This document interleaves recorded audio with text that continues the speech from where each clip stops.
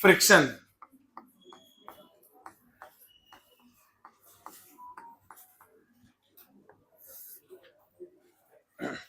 देखिए फ्रिक्शन क्या है, एक रेजिस्टिव फोर्स है। कैसा फोर्स है? एक रेजिस्टिव फोर्स है ये। क्लियर है ये बात? अब रेजिस्टिव का क्या मतलब होता है? रेजिस्टिव का मतलब ये होता है कि ये नॉन कंजर्वेटिव होगा। तुम ड्रॉपर बैच के, इसलिए ये सब वर्ड में यूज कर सकता हूं अभी, है ना।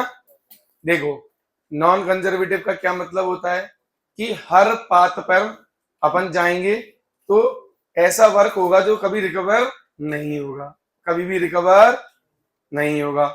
इसे महसूस कैसे करोगे? देखो तो मैं ऐसे पकड़ू और ऐसे घिसट दूं मैं यहां से यहां तक, तो तुम्हारा गाल चल जाएगा। अरे भाई आया ना। और वापस फिर से घिसट दूं यहां से यहां तक, तो और चलेगा या सही हो जाएगा? इसका मतलब फ्रिक्शन कैसा फोर्स है।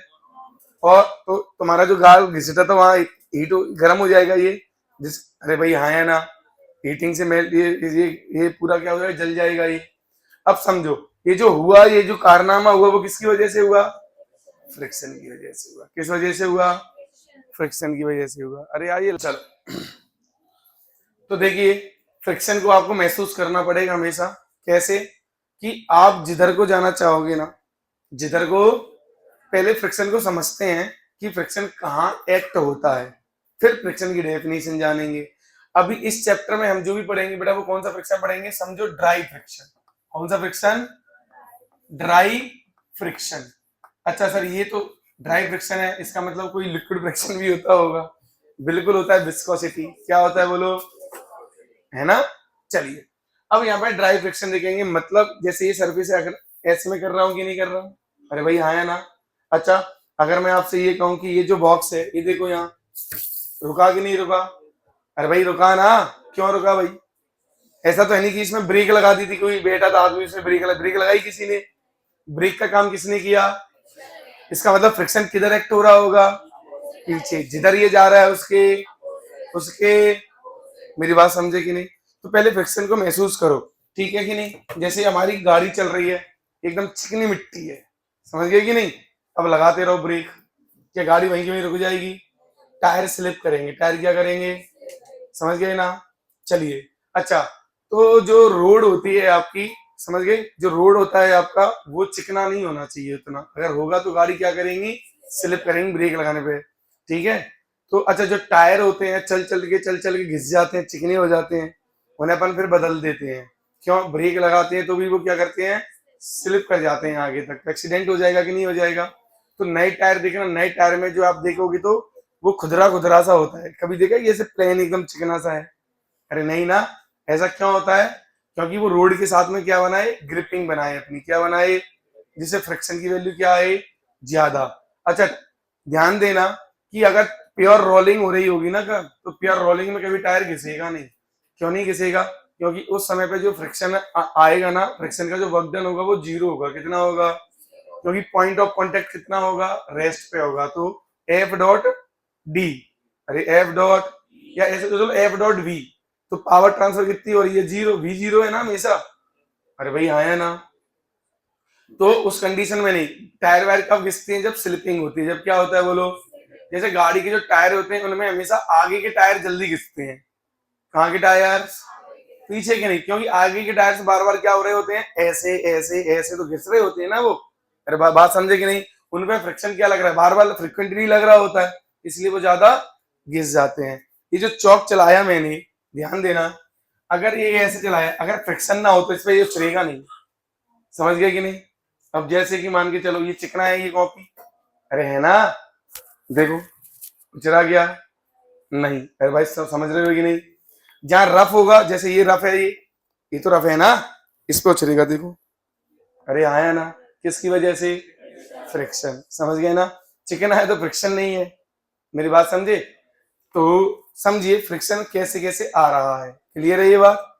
चलो अब देखना, जो हम चलते भी है ना, तो ये भी किसकी वजह से चलते हैं बोलो? फ्रिक्शन की वजह से। अगर यहाँ पे चिकना हो, मिट्टी, चिकनी मिट्टी हो, उस पर अपन चले तो कैसे चलते फिर? ऐसे। अगर ऐसा कदम रखोगे तो धड़ाम कर जाओगे कि नहीं? अरे भाई हाँ है ना। ठीक है, अब मेरी बात समझो। अब हम छोटे छोटे कदम क्यों रख रहे हैं, जिससे नॉर्मल रिएक्शन ज्यादा हो। अगर टेढ़ा कर दोगे तो नॉर्मल, तो इस वाले का ये कंपोनेंट ऐसे वर्टिकल कंपोनेंट छोटा कम हो जाएगा, और फ्रिक्शन होता है म्यू इंटू एन। क्या होता है, तो एन हो गया कमजोर, तो फ्रिक्शन हो गया कमजोर। अरे भाई आया ना, और जितना फ्रिक्शन कम होगा तुम्हें चलना उतना मुश्किल होगा कि नहीं होगा। और जितना फ्रिक्शन सफिशियंट होगा, जूते तुम्हारे घिस जाए नीचे से, फिर तुम दौड़ के दिखाना होते मुंह करोगे।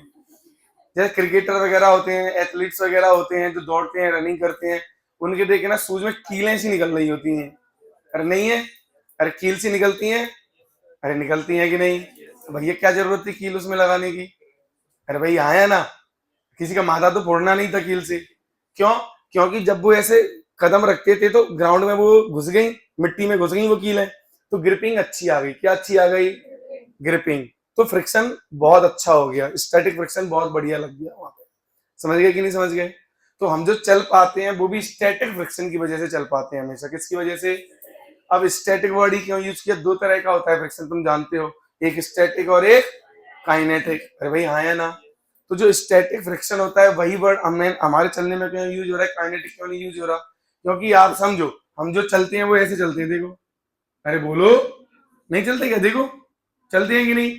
अभी उंगली तुमने देखा कहीं ऐसे स्लिप तो नहीं हुई ना, तो उंगली जब पॉइंट ऑफ कांटेक्ट, देखो पैर मेरा हमेशा क्या है, देखो तो पैर हमेशा जो टच में है वो हमेशा रेस्ट पे है, वो हमेशा, तो जो वो पैर हमेशा ही रेस्ट पे है, इसका मतलब स्लिपिंग तो नहीं है। और जब जब स्लिपिंग नहीं होगी, रेस्ट पे होगा, जिस प्लेटफॉर्म पे चल रहा हूं उसके रेस्पेक्ट में मेरा पैर अगर रेस्ट पे है, तो वहां कौन सा फ्रिक्शन एक्ट करेगा।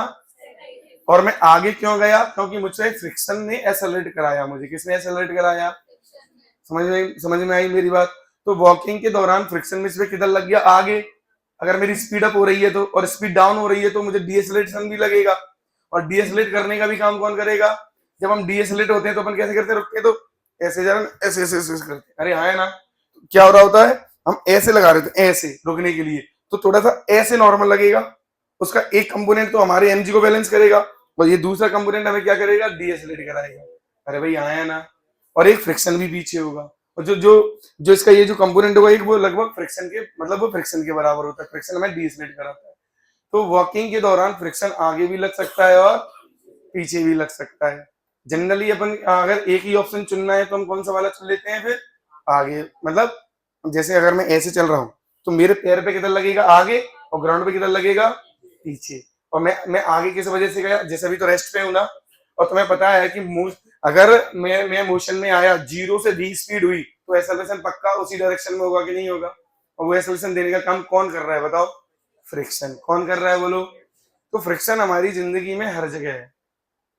अगर हम अपनी जिंदगी से फ्रिक्शन निकाल दें तो तुम समझना सब खत्म हो जाएगा, सारा संसार यहीं ध्वस्त हो जाएगा, कहीं कुछ नहीं कर पाएंगे।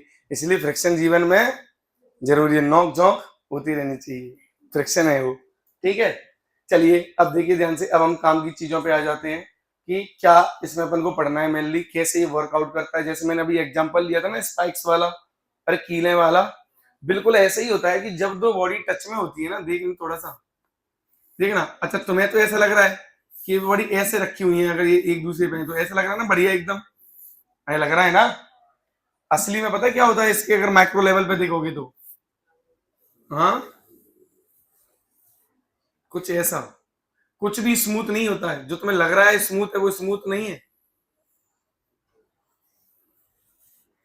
इसमें होता है इंटरलॉकिंग। क्या होता है इनमें, हाँ इंटर, और ये जो होता है ना बेटा, इलेक्ट्रोमैग्नेटिक इन नेचर होता है। कैसा होता है इलेक्ट्रोमैग्नेटिक इन, इलेक्ट्रोमैग्नेटिक फोर्सेस की ऐसे इंटरलॉकिंग सी होती है। जैसे ये बिल्कुल ये वाला एग्जांपल सही है, ऐसे दिख रहा है आपको ये, अरे हाँ या ना यार। अब इंटरलॉकिंग है ये, अब इसको तोड़ने के लिए क्या करना पड़ेगा तुम्हें बताओ, ऐसे फोर्स लगाना पड़ेगा। अरे हाँ कि ना भाई, तो इधर इस पे फोर्स लगे तो इस पे किधर लगेगा बोलो, इस पे आगे लगा तो इस पे किधर लगेगा, पीछे। बोलो हाँ कि ना भाई, कोई दिक्कत इसमें। तो जो अब स्टार्टिंग में के लिए इंटरलॉकिंग है, तो स्टार्टिंग में ज्यादा फोर्स लगेगा कि नहीं लगेगा, फील करो इस बात को, नहीं हो रहा फील। स्टार्टिंग में फोर्स कैसा लगेगा थोड़ा, एक बार इंटरलॉकिंग खुल गई, टूट गई, तो फिर अगर मोशन में आ गया तो फिर इलेक्ट्रोमैग्नेटिक फोर्स तो अभी भी लग रहे होंगे, बट अब उतनी अच्छे से तो नहीं लग रही होंगे क्योंकि एक मोशन में। अरे भाई हाँ यार, इंटरेक्शन उतना अच्छा तो नहीं होगा। तो अब जो मोशन में तब भी फ्रिक्शन लग रहा है, तो उस वो फ्रिक्शन क्या कहलाएगा, काइनेटिक फ्रिक्शन क्या कहलाएगा। लेकिन जब तक इंटरलॉकिंग है तब तक स्टैटिक, तब तक क्या कहलाएगा। इसके रेस्पेक्ट में ऊपर वाली बॉडी रेस्ट पे है तब तक क्या कहलाएगा। तो स्टैटिक फ्रिक्शन की क्या डेफिनेशन दोगे अगर देना हो किसी को, तो स्टैटिक फ्रिक्शन की क्या डेफिनेशन दोगे अगर आपको किसी को देना हो तो।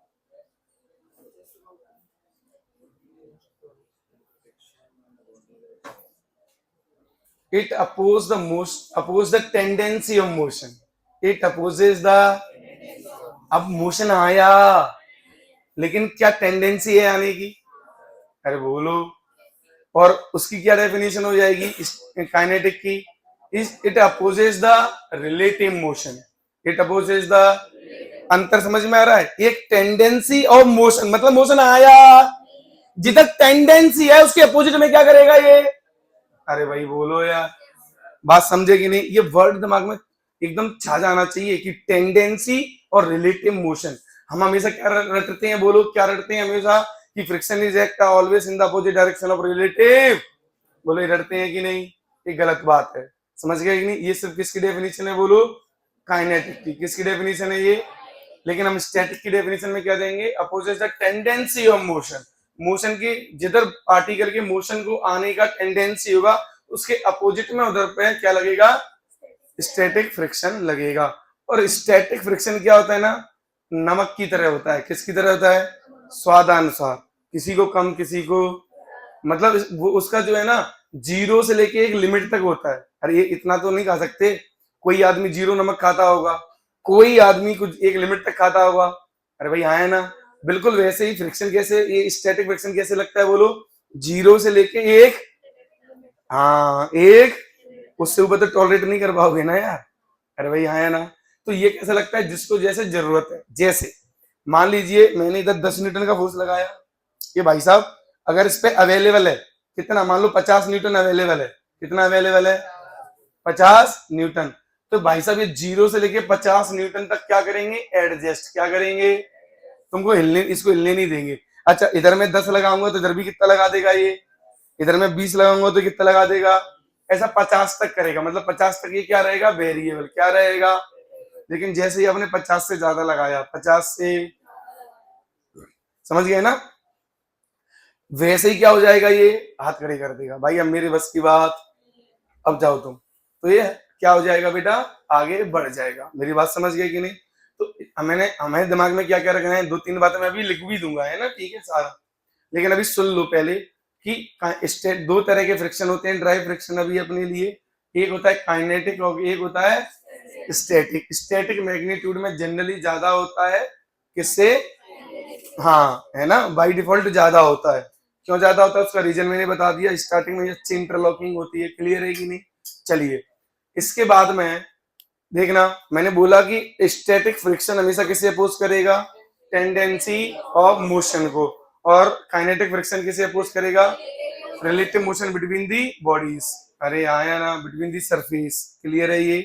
चलिए अच्छा, काइनेटिक फ्रिक्शन की एक फिक्स वैल्यू होती है, काइनेटिक फ्रिक्शन की एक, वो वेरिएबल नहीं होता है। क्लियर है ये। चलो फटाफट से लिखें। अगर अच्छा जनरली पेपर में क्वेश्चन आ जाए कि एरिया पे फ्रिक्शन डिपेंड कर रहा है या इंडिपेंडेंट, तो जनरली आंसर देना इंडिपेंडेंट। जनरली क्या देना, अनलेस अंटिल, तब तक कुछ ऐसा ना लिखा हो कि माइक्रोस्कोपिक एरिया, अपेरेंट एरिया, फलाना ढिमका। समझिए। चलो उसके लिए भी मैं बताऊंगा कि क्या करेगा। पहले आगे बढ़ते हैं।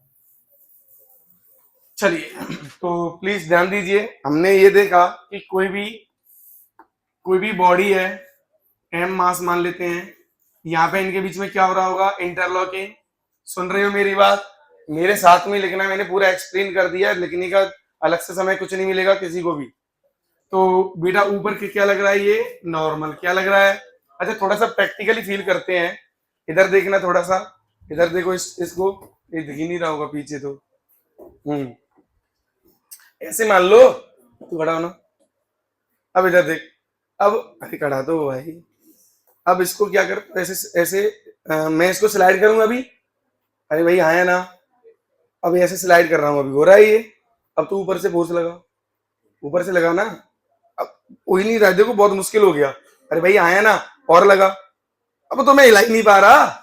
मतलब क्या हुआ कि ऊपर से बढ़ने पे क्या उड़ रहा था नीचे, नॉर्मल। तो फ्रिक्शन ताकतवर तो अच्छा रोकने का काम कौन कर रहा था? फ्रिक्शन। फ्रिक्शन की ताकत बढ़ गई, क्या बढ़ गई बोलो? मतलब नॉर्मल रिएक्शन बढ़ने से फ्रिक्शन को क्या मिलती है? ताकत मिलती है। नहीं समझे? मतलब फ्रिक्शन फलता फूलता है किससे? भाई हाँ है ना, जितना ज्यादा नॉर्मल होगा फ्रिक्शन उतना ही ज्यादा क्या करेगा? अपोज। अरे भाई बोलो यार। तो इतना तो हमारे खोपड़े में घुस गया कि फ्रिक्शन का रिश्ता है किसके साथ बोलो? डायरेक्टली रिश्ता है कि जितना ज्यादा बढ़ाता जा रहा था उतना ही ज्यादा फ्रिक्शन बढ़ता जा रहा था कि नहीं? तो फ्रिक्शन का किस क्या रिश्ता है इसके साथ? डायरेक्ट रिश्ता है। अरे भाई हाँ या नहीं? तो friction directly proportional to, feel नहीं हुआ लग रहा है मुझे। अरे हो गया क्या? अच्छा जब प्रोपोर्शनलिटी कांस्टेंट हटता है तो हमें पता है हमेशा क्या आता है? एक कांस्टेंट आता है कि नहीं? और वो कांस्टेंट डिपेंड करेगा किस पे? मटेरियल पे। मटेरियल इंटरलॉकिंग कैसी हो रही है उस पे, इनकी सरफेस चिकनी है कि खुरदरी है उस पे। अरे भाई हाँ या ना? इन सब चीजों पे क्या डिपेंड करेगा? इनका ये जो कांस्टेंट आने वाला है उस कांस्टेंट का हमने नाम दे दिया है म्यू। क्या नाम दे दिया है? Coefficient of friction. क्या नाम दे दिया है? अरे भाई हाँ या ना? Coefficient of friction. अच्छा इसका भी क्या है बोलो? इसके भी दो रूप है। इसके भी कितने रूप है बोलो? दो रूप है, नहीं है क्या? है ना? अच्छा क्या क्या रूप है इसके? एक है काइनेटिक और एक है स्टैटिक। मेरी बात समझे कि नहीं? ठीक है। तो अभी मैं यहाँ पे बस वही एक काम करता हूँ, ये थोड़ा बीच में ले लिया मैंने, थोड़ा इधर ले लेते हैं, इधर लिख दूं। चलो अब इधर लेते हैं बेटा एक स्टैटिक फ्रिक्शन। स्टैटिक फ्रिक्शन जिसका नाम होगा एफ एस। एक ले लेते हैं काइनेटिक फ्रिक्शन।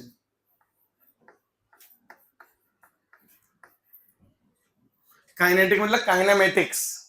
अरे भाई काइनामेटिक्स मतलब मोशन। अरे बोलो। तो मोशन वाला फ्रिक्शन। फील आया कि नहीं? अरे ये नाम भी कैसे दिए जाते हैं ये समझ में आता है कि नहीं? ऐसे नहीं कि कुछ भी रख दिया है। स्टैटिक स्टैटिक का मतलब क्या होता है? समझ गए ना? हाँ काइनेटिक मतलब काइनामेटिक्स। काइनामेटिक्स मतलब मोशन। ठीक। तो ये होगा एफ के। क्या होगा बेटा ये? एफ। मैंने इसका डेफिनेशन डेफिनेशन बोला था आपको, क्या बोला था बताइए? इसका डेफिनेशन क्या हो जाएगा? हाँ हाँ tendency opposes the tendency of motion.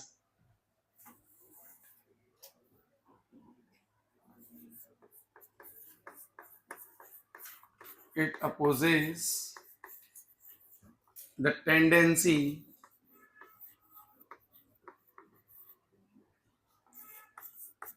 of tendency of relative motion.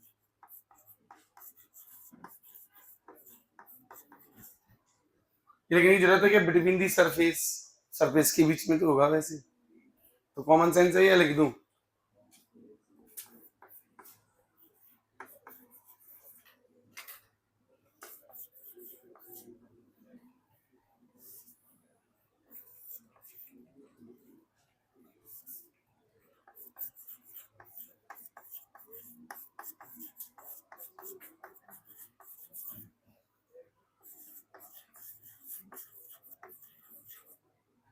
चलो इसमें क्या लिखेंगे बच्चा पार्टी? इट अपोजेस, मेरे साथ में लिखते रहे ना।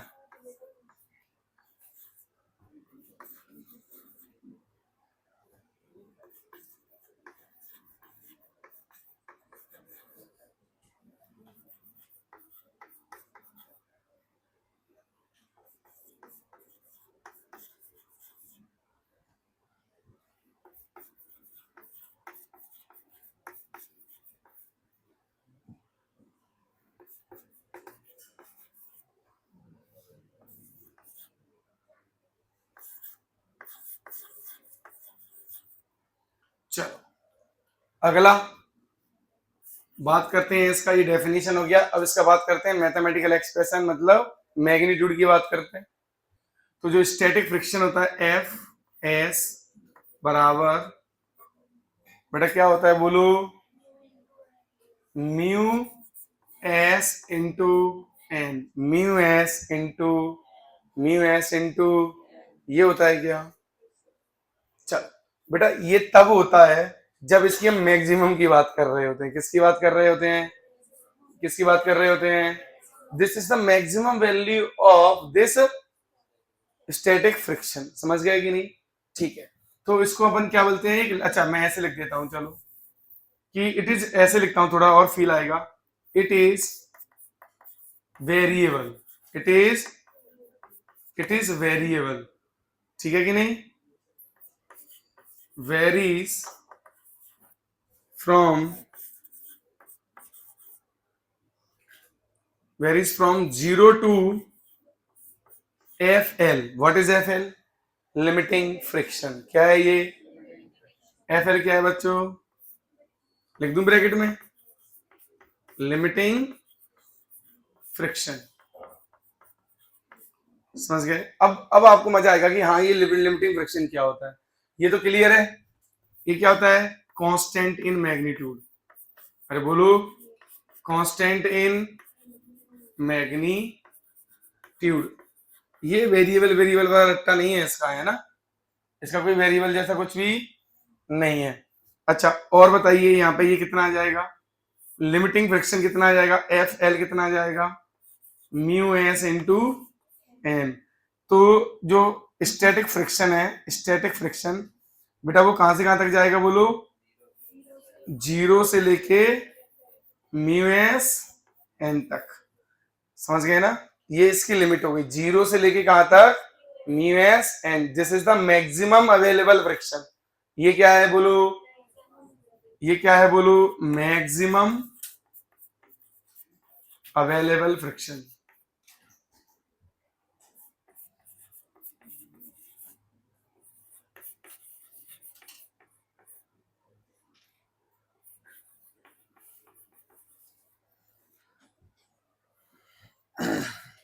चलिए, यहां पे ये कितना लगेगा?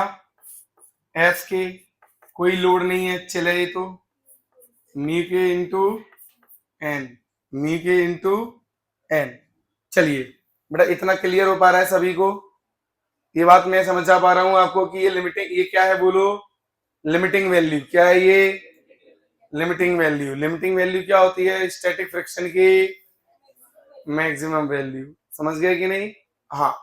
अच्छा, मैं एक और बात पूछूं आपसे कि kinetic friction is, sorry, kinetic friction is always less then static friction. तो एक तरीके से गलत है। अगर मैं ये कहूं कि kinetic friction is always less than limiting friction या maximum value of static friction, तो ये सही है। तो ये सही है। अरे बोलो, कोई समस्या? हाँ, तो static friction may be greater, may be less than, और मे बी इक्वल्स टू, हाँ, काइनेटिक फ्रिक्शन। तो नोट डाल दूं यहाँ कि नहीं डालूं? स्टैटिक फ्रिक्शन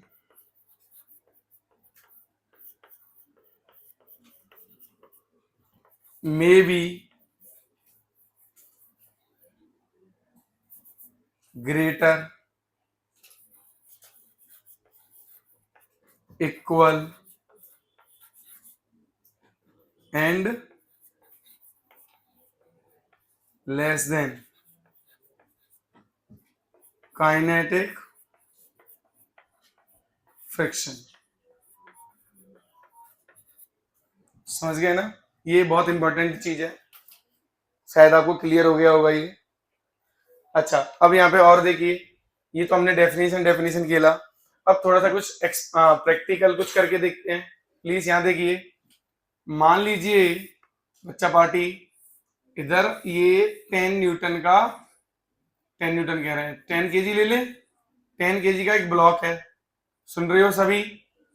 यहाँ पे म्यू एस दिया है 0.5 और म्यू के दिया है 0.4। कोई समस्या किसी बच्चे को? अरे कोई समस्या नहीं है? तो बताओ भाई कि यहाँ स्टैटिक फ्रिक्शन कितना होगा? स्टैटिक फ्रिक्शन 5 होगा। स्टैटिक फ्रिक्शन 50 होगा। कितना होगा? हाँ, अच्छा थोड़ा ये बढ़ा लिखते हैं। म्यू एस बराबर बेटा है 0.5। ओके, दिख रहा है अभी? म्यू के कितना है? 0.4। चिराग बताओ कितना होगा फ्रिक्शन अभी, स्टैटिक फ्रिक्शन कितना होगा? हाँ, 0। चलिए, अब मैं यहाँ पे कहूंगा कि मैंने कोई अप्लाइड फोर्स तो भी लगाया ही नहीं है, तो फ्रिक्शन तो अभी आएगा ही नहीं। और दूसरी बात, अगर आप जैसे ये आंसर दे रहे हैं 50, तो ये आंसर इनको ऐसे नहीं देना चाहिए, इनको ये देना चाहिए सर स्टैटिक फ्रिक्शन आप बोले हो, आपने ये तो बोला नहीं कि लिमिटिंग फ्रिक्शन या मैक्सिमम वैल्यू। और बाय डिफॉल्ट ये गलती ना हर बच्चे से होती है और बार बार होती है रिपीटेटिवली। आप हमेशा क्या कैलकुलेट करते हो बाय डिफॉल्ट? मैक्सिमम वैल्यू, और वही हमेशा मारते हो आंसर।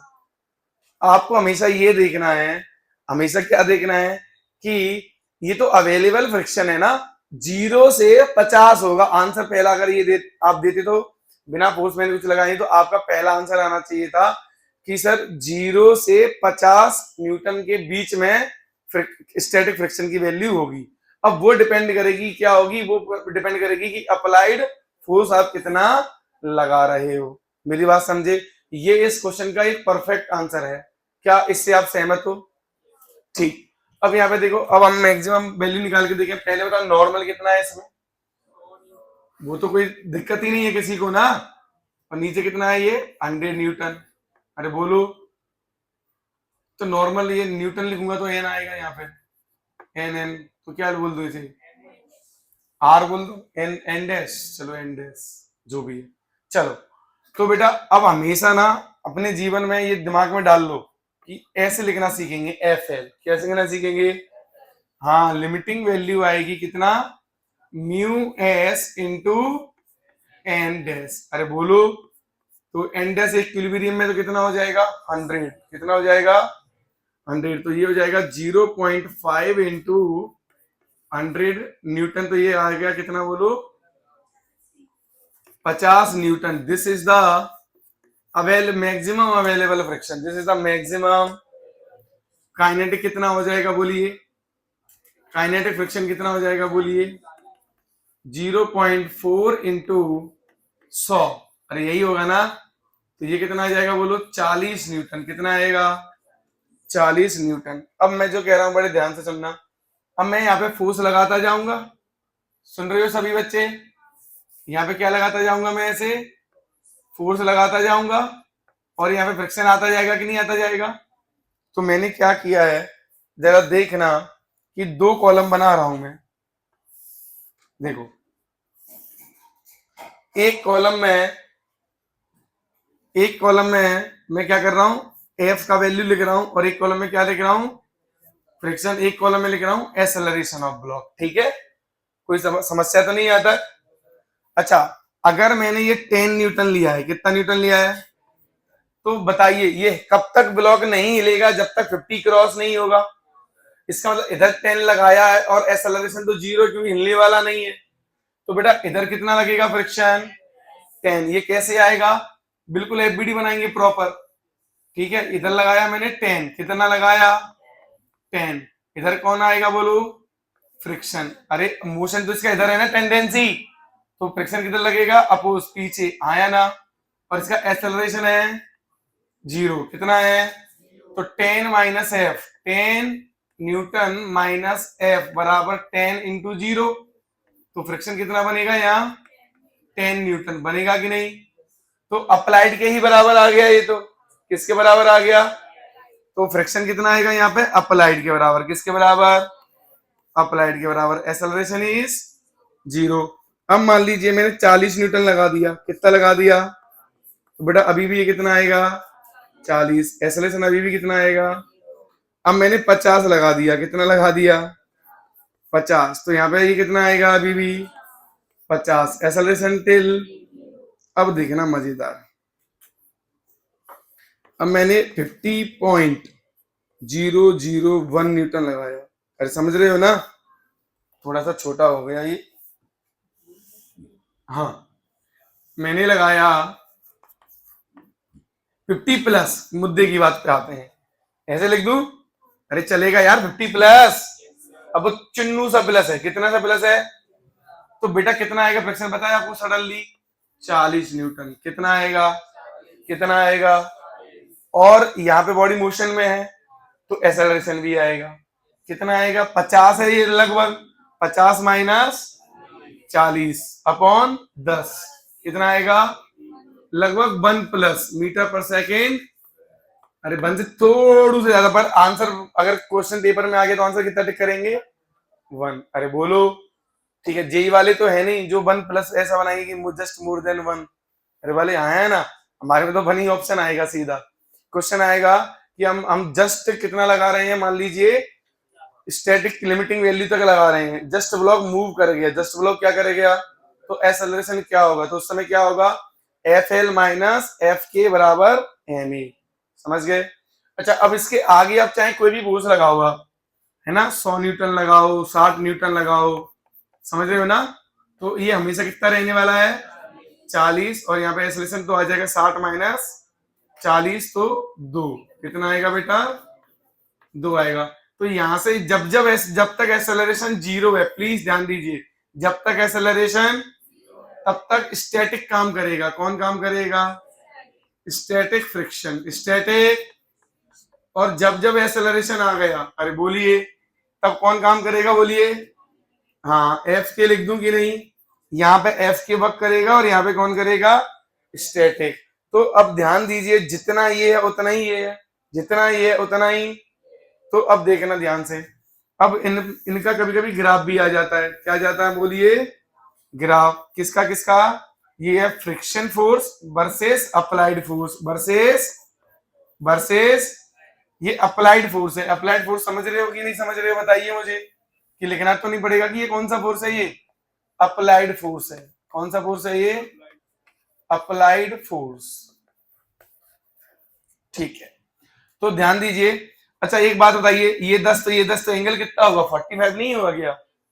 अरे यार दोनों सेम है, एक्स भी सेम वाई भी सेम, तो एंगल इज, तो 45 डिग्री पे बिल्कुल बीच में ग्राफ बढ़ता जा रहा है, बढ़ता जा रहा है, बढ़ता जा रहा है। अरे वाई बराबर एम एक्स ही तो है, इक्वल इक्वल है ना। देखो ये इक्वेशन, वाई ये क्या है? कैपिटल एफ है ना ये तो। अरे है या नहीं है? देखो, तो ये कौन हो गया? वाई बराबर ये कौन हो गया? एक्स। कितना है बोलो स्लोप? यहाँ कितनी वैल्यू है टेन थीटा की? 1। कितनी है? और ओरिजिन से पास कर रहा है कि नहीं? तो ये एंगल आ गया 45। क्या आ गया? बिल्कुल एकदम बढ़ता जाएगा, जितना ये उतना ये। अब ये मैक्सिमम कहां तक बढ़ेगा ये बोलो? हाँ, लिमिटिंग। तो लिमिटिंग वैल्यू कितनी है इसकी? 50 न्यूटन। तो ये भी कितना आएगा बोलो? 50 न्यूटन। इसके बाद जैसे ही सडनली बढ़ाओगे, हाँ, तो कुछ ऐसा हो जाएगा, ठीक है कि नहीं? इसको बोलते हैं किंक। इसको क्या बोलते हैं? कि ये किंक आ गया। अरे ग्राम में यहाँ पढ़ते थे ना 9th 10th में, किंक, ऐसे सडन चेंज जो होता है उसे किंक बोलते हैं। क्या बोलते हैं ऐसा? चलिए, अच्छा ये जो पूरा फ्रिक्शन है ये कैसा फ्रिक्शन है बोलो? एफ के। क्या? अरे नहीं है क्या? ये तो काइनेटिक है ना, चलो ऐसे लिख ही देता हूँ, काइनेटिक फ्रिक्शन है। और क्या ये आपको कांस्टेंट दिख रहा है? ये कोई बोल ही नहीं रहा है। और ये कितनी वैल्यू है इसकी? ये 40 न्यूटन। कितनी है बोलो? तो अब ये चाहे कितना भी अप्लाइड फोर्स लगा दो, ये 40 से कम होने वाला नहीं है। मेरी बात समझ गए? तो आप देखो जो मैंने नोट लिखा है, स्टैटिक फ्रिक्शन तो ये भी है, और यहाँ 10 भी तो स्टैटिक फ्रिक्शन, तो ये 10 न्यूटन भी है ना। क्या ये 10 न्यूटन 40 से छोटा है क्या? तो मे बी लेस देन हो गया। क्या यहाँ पे 40 के बराबर भी है क्या? तो उसके बराबर भी आ गया। क्या यहाँ 50 ग्रेटर भी है क्या 40 से? तो क्या ये नोट पॉइंट आपको सेटिस्फाई हुआ कि static friction may be greater, may be less than और may be equal to kinetic? अरे बोलिए भैया। हाँ, अगर मैं ये बोलूं limiting friction is may be less than kinetic friction, ये गड़बड़ हो गया मामला। क्या हो गया ये? अरे लिमिटिंग तो हमेशा ज्यादा होता है ना। हाँ, लिमिटिंग हमेशा क्या होगा बोलो? ज्यादा होगा। पहले बताओ, ये सब क्लियर तो नहीं, क्लियर है ना? रट तो नहीं रहे ना? ये सब समझ रहे हो ना एकदम अच्छे से? चलिए एक काम करो, पहले इतना छाप लेते हैं फिर आगे पढ़ लेंगे। कि छाप तो लिया साथ में ही। बोला तो क्वेश्चन पे अभी आते हैं, पहले ये थोड़ा समझ लें डायरेक्शन वगैरह किधर किस पे एक्ट करेगा। ठीक। अच्छा, एक और चीज नोट डाल के एक और चीज लिखवा देता हूँ, ये जनरली बच्चों से गलत होता रहता है। अगर उसने ये बोला है क्वेश्चन में कि एरिया, ना ये बोला है कि माइक्रोस्कोपिक या मैक्रोस्कोपिक, ना ये बोला है कि अपेरेंट या एक्चुअल, ठीक है कि नहीं? ध्यान से सुनना, इस एरिया पे ना बहुत कंफ्यूजन चलता है कि एरिया पे डिपेंड्स के करता है या नहीं करता है, नहीं करता है तो क्यों नहीं करता है, या कौन से एरिया पे करता है तो क्यों करता है। मेरी बात समझ गए? ये थोड़ा बड़ा एम्बिग्यूटी जैसा रहता है इसमें, थोड़ा तो इसको समझ लेते हैं अपन पहले। ठीक। अब सुनो मेरी बात, पेपर में अगर सिंपल ये आए कि एरिया पे इंडिपेंडेंट है, ठीक है कि नहीं, कुछ नहीं बोला है, तो आप बिल्कुल इसको सही टिक करना। क्या टिक करना? सिर्फ एरिया लिखा है तो ठीक है, मेरी बात सुन ली आपने। लेकिन अगर उन्होंने स्पेसिफाई कर दिया कि अपेरेंट एरिया, क्या बोल दिया, या मैक्रोस्कोपिक एरिया, तो उसमें क्या होता है, इंडिपेंडेंट। अगर ऐसा बोल दिया जाए, कैसा, कि माइक्रोस्कोपिक एरिया और एक्चुअल एरिया ऑफ कांटेक्ट, तो उस पर डिपेंड करता है। अब थोड़ा इसको समझा देता हूं मैं। अपेरेंट क्या होता है, मैंने कल भी वर्ड बोला था ये। अपेरेंट किस लिए यूज करते हैं? जो हमें दिख रहा है, जो हमें एक्चुअल में क्या है वो नहीं, जो हमें लिफ्ट में वेट हमें जो अभी दिख रहा है, भले हमारा 60 किलो है लेकिन उसमें 70 दिख रहा है। अरे बोलो, तो जो 70 क्या हो गया उस समय का? अपेरेंट। अरे बोलिए, क्लियर है ये बात?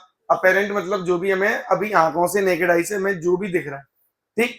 चलो, तो अपेरेंट एरिया के क्या हो गया, इंडिपेंडेंट। जैसे मान के चलो इसमें वजन कितना होगा, मान लो जो भी होगा इसमें 100 ग्राम होगा, है ना, तो ऐसे रखो तो एरिया कम कांटेक्ट में, तो अब भी फ्रिक्शन उतना ही लगेगा, और ऐसे कर दो तो भी फ्रिक्शन। बात समझ गए ना? नॉर्मल तो उतना ही है ना? अरे भाई बोलो, अंतर किसका है इसमें और इसमें से कोई बता पाएगा अंतर क्या है इनमें? अब सुनो, मैं इसको थोड़ा सा समझा देता हूँ। बेटा जब ऐसे है ना, तो ये बहुत कम एरिया इसके कांटेक्ट में, फोर्स तो उतना ही है, तो यहाँ पे जो प्रेशर है, यहाँ पे जो वो प्रेशर कैसा होगा, ज्यादा होगा। प्रेशर एरिया कम तो प्रेशर, तो इतने कम एरिया में ही जो एक्चुअल जो पॉइंट जो इसके टच होंगे उन पे प्रेशर ज्यादा होगा, तो उनका इंटरलॉकिंग उतनी ही ज्यादा होगी। अरे सुन रहे हो कि नहीं? अब ऐसे है, प्रेशर कम हो गया, प्रेशर क्या क्या हो गया, लेकिन इंटरलॉकिंग एरिया क्या बढ़ गई, इंटरलॉकिंग पॉइंट्स क्या हो गए, ज्यादा हो गए। तो क्या ये फैक्ट देखो, प्रेशर कम तो इंटरलॉकिंग फैक्टर्स, अरे भाई हाँ है ना, तो क्या ओवरकम कर जाएंगे ये। मान के चलो जैसे एक ग्रुप में है 3 बच्चे और एक ग्रुप में है 10 बच्चे, सुन रहे हो मेरी बात? तो जो इस वाले ग्रुप में 3 बच्चे में हर किसी का 100 रुपए कमाता है, तो 300 रुपए हो गए। कितने रुपए हो गए? और उसमें 30 रुपए, 10 वाले ग्रुप में कितने रुपए कमाता है? 30, तो उसके भी कितने हुए? क्योंकि वहां पे क्या ज्यादा है, हाँ, तो वैसे ही यहाँ पे इंटरलॉकिंग पॉइंट्स ज्यादा है। अरे बोलो, यहाँ इंटरलॉकिंग पॉइंट्स, लेकिन इफेक्ट क्या आ रहा है, सेम। थोड़ा फील आया? अरे भाई आया ना, जहाँ पे कम कॉन्टेक्ट है वहां इंटरलॉकिंग अच्छी है। सही, ऐसे होगी बैठ, ऐसे होगी बैठ, ऐसे होगी, समझ गई ना? हाँ, क्यों बोल रहा हूँ पता है ना? अब सुनो ध्यान से, तो अब यहाँ पे क्या अपने दिमाग में आ गई बात, ये नोट डाल के फटाफट लिख लो मेरे साथ में, कि अपेरेंट एरिया है ना, अपेरेंट एरिया या फिर मैक्रोस्कोपिक एरिया, इस पे क्या होगा बोलो, friction, friction is independent.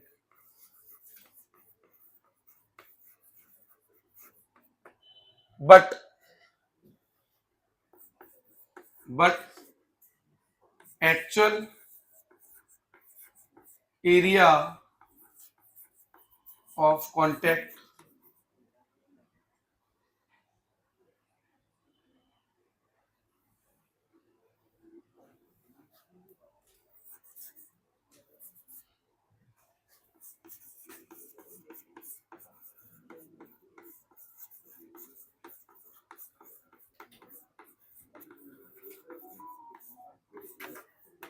Friction is dependent.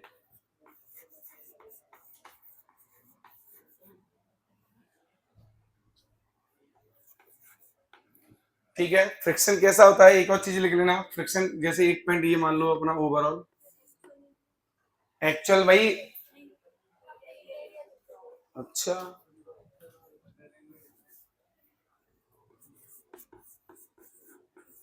Apparent और एक्चुअल में डिफरेंस बोला तो जो दिख रहा है तुझे असली में कितना भी चिकना सरफेस लगे, लेकिन होता तो खुरदुरा ही है ना।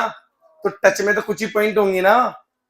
अरे भाई हाँ या ना यार, टच में क्या होंगे, कुछ ही पॉइंट्स तो होंगे टच में, सब पूरा टच में तो नहीं होगा। जो टच में है एक्चुअली में दूसरी सर्विस के साथ, वो एक्चुअल एरिया टच है कांटेक्ट में। समझ गए कि नहीं? हाँ। दूसरा पॉइंट, फ्रिक्शन किस में होगा, इलेक्ट्रोमैग्नेटिक इन नेचर।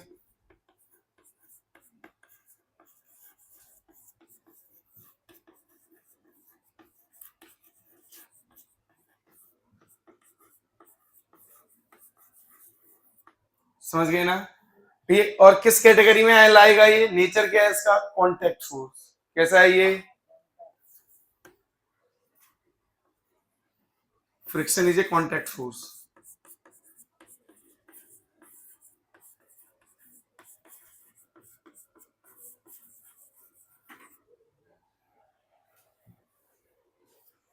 लिख लिया सभी ने? तो सुनते हो तब भी समझते हो, लिखता हूं तब भी समझते हो।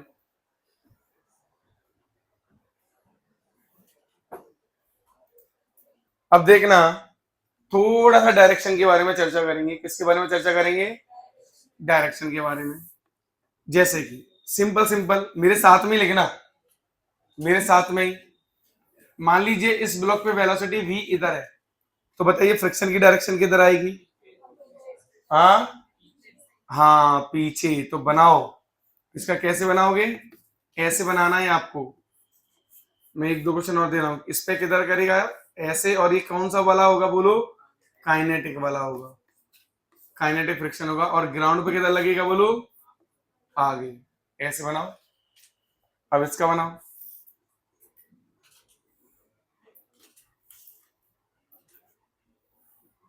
अच्छा, वेलोसिटी की जगह इधर मैंने एक्सेलरेशन दे दिया। अब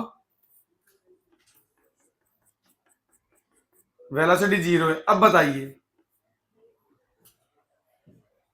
हम्म, क्या,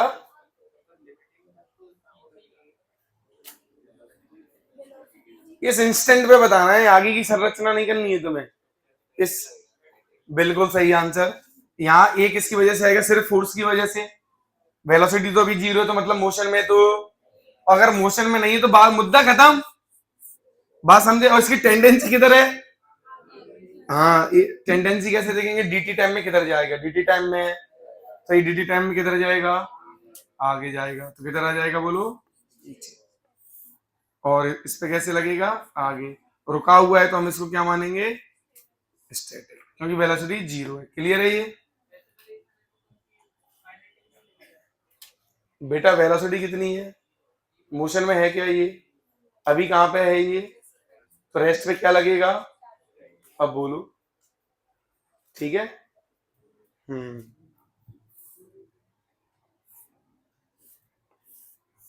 सिर्फ डायरेक्शन डायरेक्शन की बात कर रहे हैं अभी हम।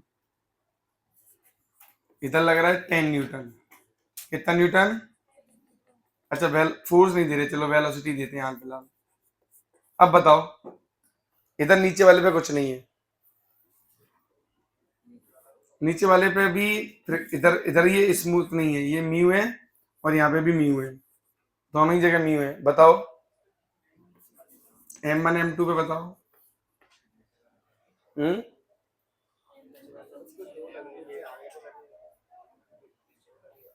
है मजेदार। अब देखो, ध्यान देना प्लीज, यहाँ पे ध्यान दो।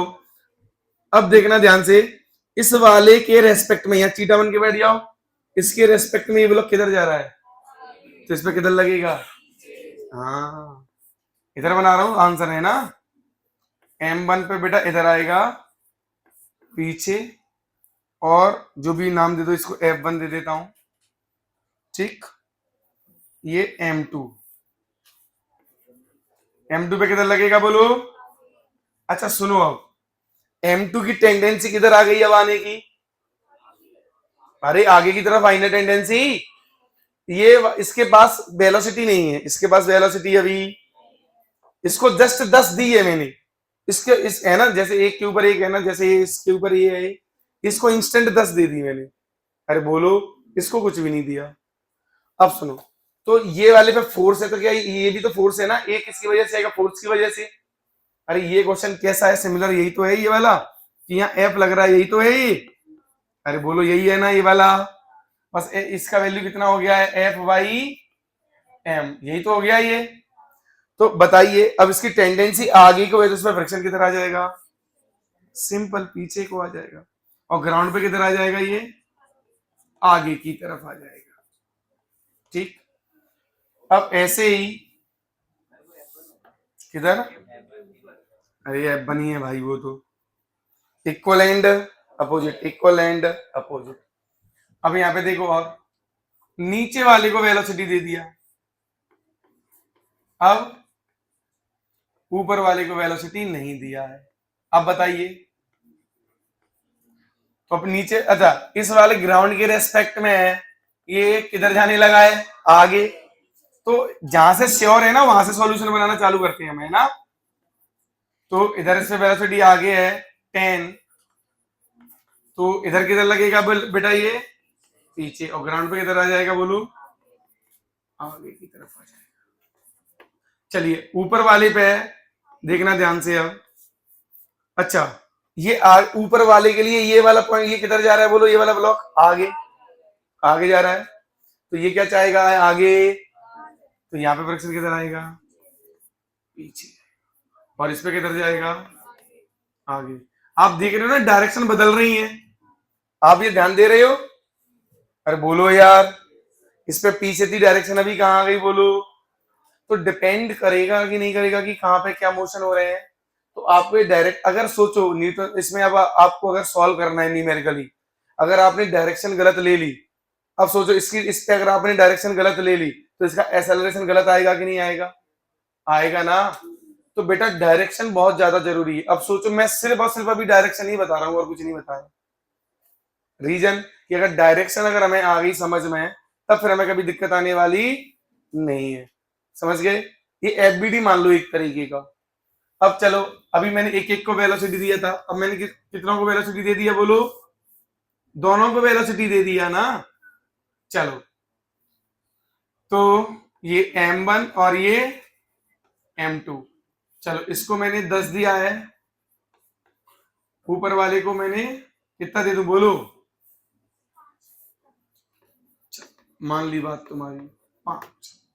अब बड़ा सिंपल कॉन्सेप्ट है, अब जो भी ये चाहे कुछ भी हो जाए इनमें से, या तो ये केस बनेगा या तो ये बनेगा। अब ये कैसे, देखो यही दो केस बनते हैं हमेशा, देखो कैसे, इसको रोक दें, अरे बोलो, इसको रोक देंगे तो इसको उल्टा वेलोसिटी दे देंगे, इस पे बैठ जाओ ना चींटा बन के, अरे बोलो यार, तो ये खुद को रोक लेगा और अपना वेलोसिटी इधर दे देगा, तो इसके पास क्या बचेगा वेलोसिटी बताओ, बिल्कुल सही बात, कितना बचेगा 5, और ऊपर वाला किस में आ गया, रेस्ट में आ गया। अरे ये तो रेस्ट पे आ गया ना।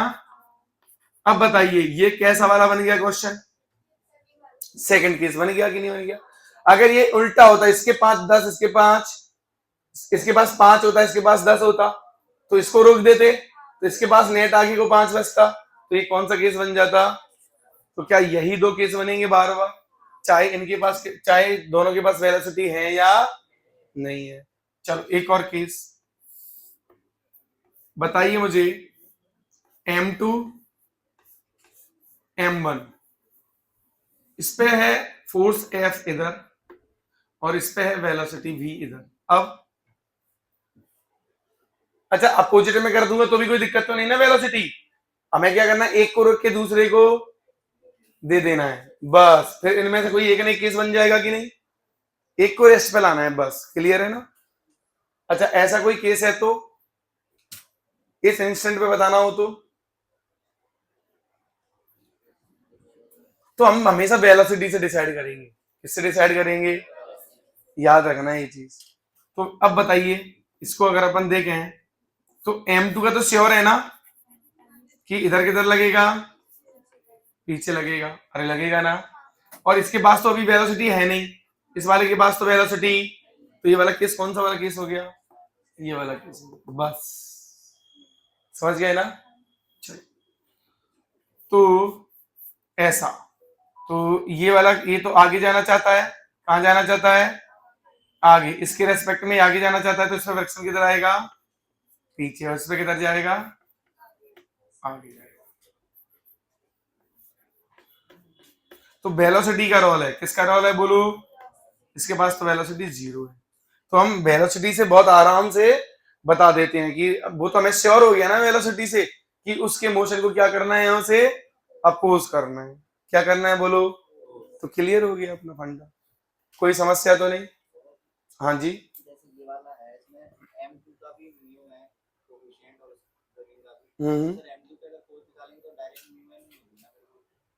ये वाला इसमें ये वाला निकालोगे तो ये होगा F2 बराबर mu into M1 plus M2G, क्योंकि यहाँ पे जो नॉर्मल आएगा इन दोनों की वजह से आएगा, ये बात पता है कि नहीं। क्या उससे, अरे भाई उससे तो ये F1 आएगा ना, ऐसा नहीं होता, इधर देखो ये क्या कह रहा है कि यहाँ पे जो इस पे जो फ्रिक्शन ये लग रहा है इसकी वजह से यहाँ पे भी तो फ्रिक्शन होगा, ये तो गलत बात है ना, ठीक है। हाँ, इसकी वजह से इस पे नॉर्मल होगा, उसकी वजह से फ्रिक्शन बदलेगा, ये सही बात है, क्लियर है ये।